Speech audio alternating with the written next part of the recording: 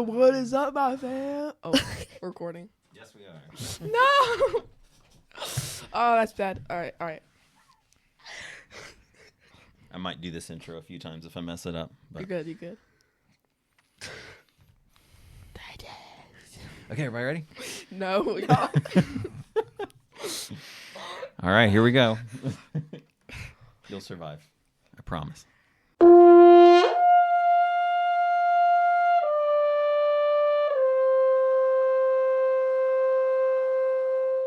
Hello, and welcome to Horn Sessions. This is Andrew Farova, and today I'm sitting down with three of my own students to talk a little bit about their experience playing the horn. The first person we'll meet is William. William, how long have you been playing, and why do you like playing the horn? I've been playing horn for about 3.5 years now, and I really just love the versatility of it. Horn is just you can do so many things with it, so many different ensembles, and it just sounds amazing. Yeah, the variety is definitely one of the really cool things about playing the horn. We blend well with brass, we blend well with woodwinds, we belong in all sorts of different scenarios in bands and in orchestras, and there's just a lot of opportunity. Solo repertoire, we're quite lucky the quantity of solo rep we have on the horn, so it's definitely really, really fun in that regard. Foster, how about you? Hello, my name is Foster. I've been in horn for about 3 years. I'm in 8th grade. And basically what William said, I love the versatility of the horn. You can be in so many different ensembles, and I met Mr. Farova through it. Oh, yeah, that's definitely something that's going to make it cool. All right, I'll take that as a compliment. How about you, Titus? I've been playing the horn for 2 years, and one thing I really, really love about the horn is just the sound. It's beautiful. It can blend in with all the other sections, which is sort of what they said. And, yeah, it just makes a really beautiful sound. Nice. I think that's probably an answer you would get from the majority of the professionals if you asked them what they liked about playing the horn, for sure. William, let's start with you. What did you struggle with the most, and how have you improved at that skill?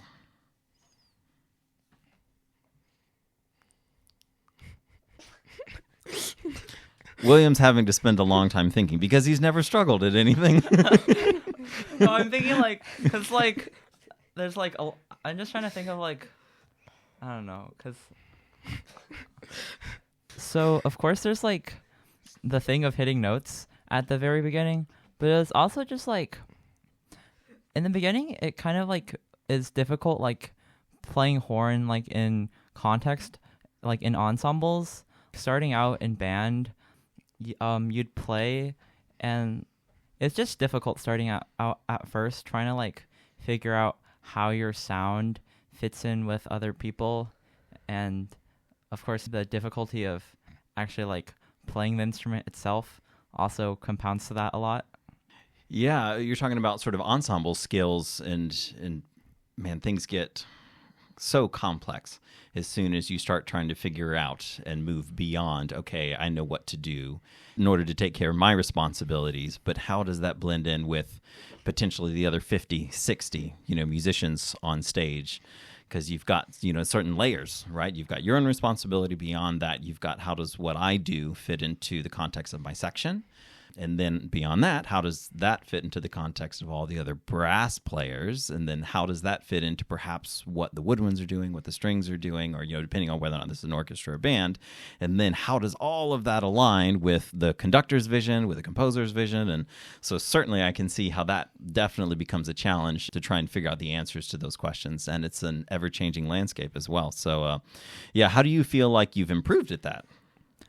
Just playing in different types of ensembles has really helped, especially because I started in my school band, so then being able to do youth orchestra and being in a different environment and playing in other chamber groups and stuff wind quintets really helps you be exposed to playing in a bunch of different environments, and that makes it easier to find where your sound fits in different groups. Yeah, awesome. Foster, let's move on to you. What do you feel like you struggled with the most, and how have you improved at that skill? So when I started, I was in band, and school band isn't the best because your director has to focus on so many things, and I basically struggled with pitch. I was a whole octave lower for about a year. Yeah, I remember when you first started taking lessons, trying to get your ear to establish whether or not you were playing in the right octave was a big challenge because you had initially been told that that was okay. And I can see that approach to some degree, but at some point that is something that we need to address and recognize that what your ear is convinced is correct is actually off by an entire octave. Yeah. So yeah, that certainly was one of your primary challenges, and that is, from my perspective, something that you've completely conquered at this point. So I think that's really an awesome accomplishment. But also, I'd love to hear you talk more about, from your perspective, exactly how you resolved that problem. So I play in a youth orchestra, and this is where I met Mr. Prova. He helped me with pitch reference a whole lot, and I've improved substantially. I've gone from a whole octave lower to the right octave in a matter of half a year, maybe a little longer than that. Awesome. And how do you feel like you made that change? Because you're obviously saying that I helped you, but obviously you still have to put in the work in order to be able to hear the difference. What was that experience like in terms of recognizing the difference between where you had come from and then what the change was that you were trying to implement? Was there any like aha moment or something that clicked? It was an adventure. There was a aha moment. It was pretty much right in the middle of a session we had in our youth orchestra. I was getting those higher notes compared to what I was originally playing, and I just got it. And I got it because I was practicing that over and over, and I eventually got it because I was practicing. Awesome. So it sounds like definitely some tenacity and effort directed towards the consistency of trying to find the right octave. So yeah, for some people, just recognizing the problem is enough. It sounds to me like you probably had a resolution in your mind relatively quickly, and it really came down to the repetition of putting into practice exactly what it was that you were trying to change. Yeah, I've also found a lot of times you don't know that something that you're doing is wrong, and a lot of times just like recognizing it just like once you realize, it's like, wow, that was really obvious, and then you can figure out how to fix it pretty easily from there. Yeah. Yeah, definitely. Yeah. Have you had that experience before, Titus? Oh yeah, this kind of leads into the question, but it's sort of like with a lot of things like chipping notes and wah-wahing. I figured out that it's really obvious once you start hearing it. You're like, I'm wah-wahing, and especially with a lot of practice, you'll be able to hear that. Yeah, I think I always like to say hearing something in your own playing is the very first step to understanding how to change it, right? If you can't identify with something or a specific sound that someone else is trying to point out, it's going to be next to impossible to understand how to manipulate that sound. Yeah, you brought up wah-wahing. Can you describe what that is? Well, it's sort of when you make your sound go wah wah, like You're on the you're on the right track. It's a note shaped thing, isn't it? Can I try that? Oh yeah, go ahead. You got it, Titus. Titus is having a moment. So it's sort of when you shape your note from starting less loud and then shaping it to be more loud, sort of broadening it. And I think I stopped that just by practicing and having lessons with Mr. Andrew, and yeah, just a lot of hard work. Yeah, but at the end of the day, all I can really do is point it out. It's up to you to address the problem. So in regards to the wah-wahing sound, what do you feel like you've done to prevent that problem? I think mainly just listening to what I'm doing, and if I hear it, I sort of really just try to focus in on the note shape that I'm making, because you don't want a completely like flat note that you're just playing, but you also don't want, you don't want that wah-wah. You want like a really good in between. Yeah, a more consistent sound is what you mean? Yeah. Yeah, nice. So yeah, I can relate to that. I would just, for a while, just hover in between, for example, F and G. I'll just go, This relates to pitch recognition. You have to practice. Yeah, it was something that William alluded to just a little bit about, pitch accuracy and trying to find the right note. I think that's got to be the number one challenge of all certainly beginning horn players. That might be a good thing to kind of talk about a little bit as well, in terms of finding the right pitch. Was there ever a moment where you felt like that clicked with you, William?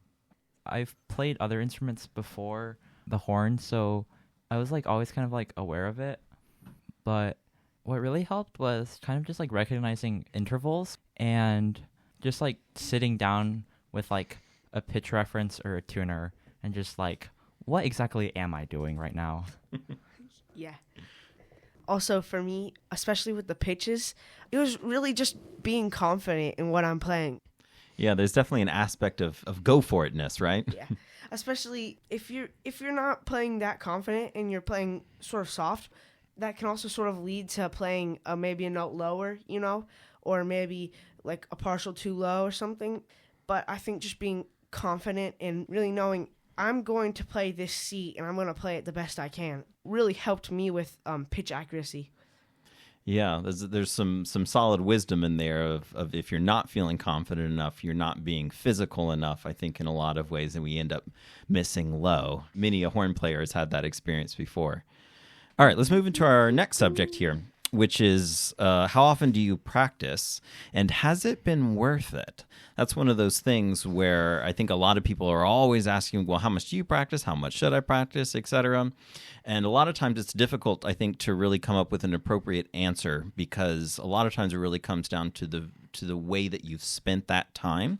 So I'd be curious to get your impression of sort of, well, how much time do you put into it on a daily basis, and what has been the byproduct of that effort, and has it been worth it? William, your thoughts? So normally, at least like currently, I try to give myself at least 1 good hour where I can focus on practicing each day.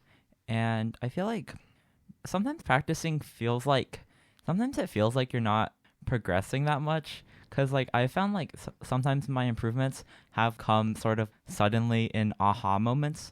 A lot of the things, if you do it consistently, like some improvements happen slowly and like you don't really notice them over time. So if you're practicing an hour every day, have you found that to be an effective quantity of time to practice? Do you feel like you get a solid focused hour? And I would assume so, since you're doing it on repeat, but how do you feel about that duration of time? Would you recommend it to somebody else? Yeah, I feel like giving yourself an hour is like a manageable chunk of time, and like I don't always take it in one sitting. Sometimes I'll like break it up into half-hour chunks throughout the day, or even like smaller chunks, and it makes it easier to like motivate yourself, especially like if you're doing it consistently. Yeah, absolutely. Yeah, breaking it up into smaller, more manageable chunks, I think, is a very wise way of doing it. What about you, Foster? I try at least 2 times a week, but I feel like I should be practicing more because I have all the potential that I'm putting to waste when I could be practicing and getting better each and every day. Awesome. Yeah, so you feel like you could be putting in more time than you currently Yes, are. All right. a lot. Yeah, having the experience of untapped potential is a pretty cool feeling, I think, where you can experience and feel that ability that you could obtain if you practiced a certain amount. So let's say, like you said, we're at practicing twice a week. Is that what you said? Yes. Awesome. Yes. And how long are those individual practice sessions? I'd say probably 30 minutes to an hour. Would you aspire to practice every single day, or would you want to go from 2 to 3, 3 to 4? I wouldn't say every single day because obviously we have other time commitments, but I'd say 2 to 3 times a week, but maybe an hour to an hour 30 instead of 30 to an hour.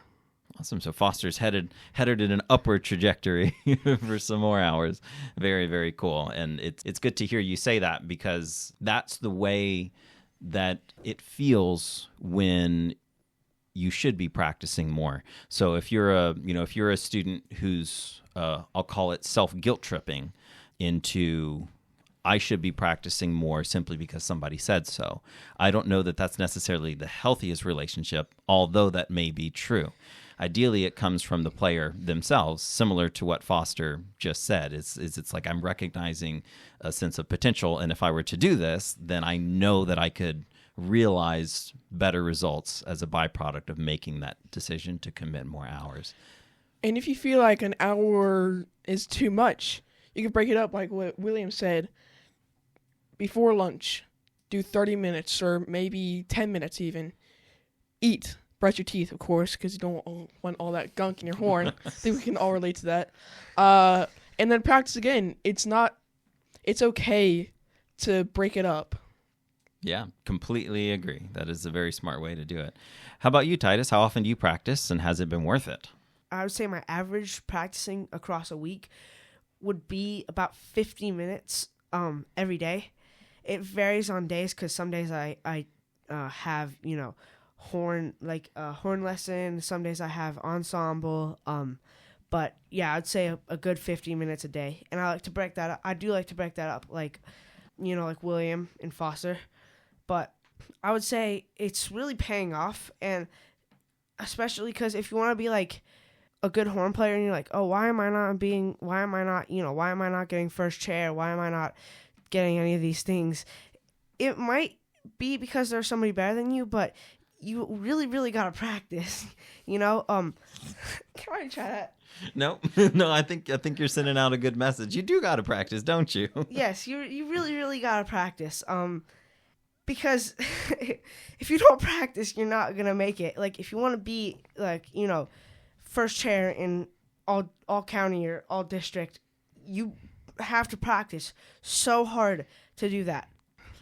Yeah, no, without sort of a minimum effort, we're not really implementing anything. Practice is all about implementation, right?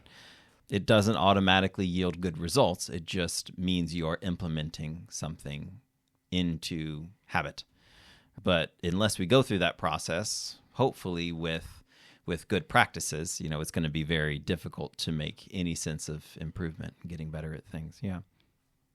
Yeah, I definitely think it's better to, instead of practicing a lot, like one day, it's better to practice 20 minutes a day. Practicing can be like sort of a chore, and it can be very, very not fun, but practicing will never be fun if you don't put in that work, because after you put in that work for a good while, you're going to be able to start practicing fun things like, fun pieces. Like if you like some movie, you can start practicing that movie piece for maybe like a warm up or something, or rhythm. And it would make all the practice worth it, right? Yeah. On the note of practice not being fun sometimes it just really it really is a pain sometimes. It's like there are certain days where it's just like a slog, and it feels like everything I play is horrible. But then, like, contrasting with that, some days you're just like, wow, this is amazing. I'm doing this. Yeah, definitely. that's what it feels like. Exactly, because you can just feel so down in the mud one day. Next day, you feel great. But just keep on practicing. Yeah, like with most everything, there are peaks and valleys, and pushing through the tough times is really where you earn your rewards. And speaking of rewards, what's the most fun thing you have been able to do because you played the horn? It's a very good question. Yeah, William. So, I guess I'll give two answers for this. I got the opportunity to play in a wind quintet, like, 2 summers ago, with some really good players, and that was really fun because I'd never done it before, and it's so different from like all the other musical experiences I've had. And also, more generally, playing in a youth orchestra it's like the highlight of my week, and it's awesome. Foster, how about you? Yeah, so that's a very good question. I've gone in so many ensembles. I've been in jazz band, performance band, even pep band. Yeah, I've been able to join many clubs. I've gone to concerts. I've gone to a number of concerts, actually, with my youth orchestra, with my band. It's a lot of fun. How about you, Titus? I also have two answers for this. One of them is just playing in performances. Playing in performances is just so fun, especially with the horn. Because if you're in a, like a really nice orchestra, it doesn't have to be a school orchestra, but if you're in like a really nice orchestra, you probably will get to play some nice solos because horns are really good at solos. Very true. Horns are good at solos, aren't? But another thing is just being able to play music that I really, really love at the moment, is just great. Like getting to play cinematic pieces is just so fun. And the different types of pieces that we are able to play is outstanding and awesome. Yeah, all that practice becomes worth it when you really have these fun opportunities to go out and play your instrument with really good friends or for big audiences. It can be a very, very worthwhile pursuit and make all the effort and work worth it. William, do you have any advice for any young beginning horn players? What would you perhaps go back and tell yourself if it was your first or second, third day, picking up the horn and trying to figure out how this weird piece of tubing works? I would say to my younger self, just be kind on yourself. I remember getting frustrated in the beginning because it really is just a really stupid instrument that we just play. But it's like once you stick with it and you improve and it can be it becomes really, really fun. But initially in that beginning, it's just what is this thing? And why is it like this? Foster, how about you? Practice a lot. Nice, that's it? That's the only thing. All right, it's good advice. How about you, Titus? Probably shoot for the stars and go for those goals and don't hold back. And then also sort of what Foster said is practice, practice, practice. It will not be fun at times, but it's gonna pay off so much, especially those not fun days. They'll teach you discipline and resilience when you don't want to do things. And practicing this instrument can be very difficult, like Titus said. But once you get through that, you can brag. Because the French horn is all your friends, the French horn is a very hard instrument. And compared to a trumpet, trumpets have three, the line thingamajiggers. They have three what? Oh my God. Partials. Do you mean with the same fingerings? I forgot what it's called. When we have seven octaves. Three? Less of a playing range than the horn has? Is that what you mean? Yeah. Okay. I mean, that's true. We have a wider range than the trumpet has. Yeah. Yeah, I thought you meant C. keys to press, like the it's like C, vowels, E, G, C, D. There's so many. Gotcha. That is a fun thing. The octaves that we get to play in can be very, very fun. Yeah. Yeah, we get to play quite low, quite high, etc. The range of our instrument, I think, is one of the most enjoyable things about it, for sure. Any other final advice? Have fun. There you go. Oh, yeah, have Have fun. That's a good one. Yeah, the most important advice, for sure. All right, we're going to wrap up here. No. Thanks. It sounds like Foster still has more to offer. I wish, but it's time to go. It's time to go. All right, you heard it from Foster. It's time to go. Thanks, everybody, for listening. Thank you. We'll see you next time. Thank you, Mr. Andrew. Adios. Bye-bye. Adios. Good luck. Have fun. Yay!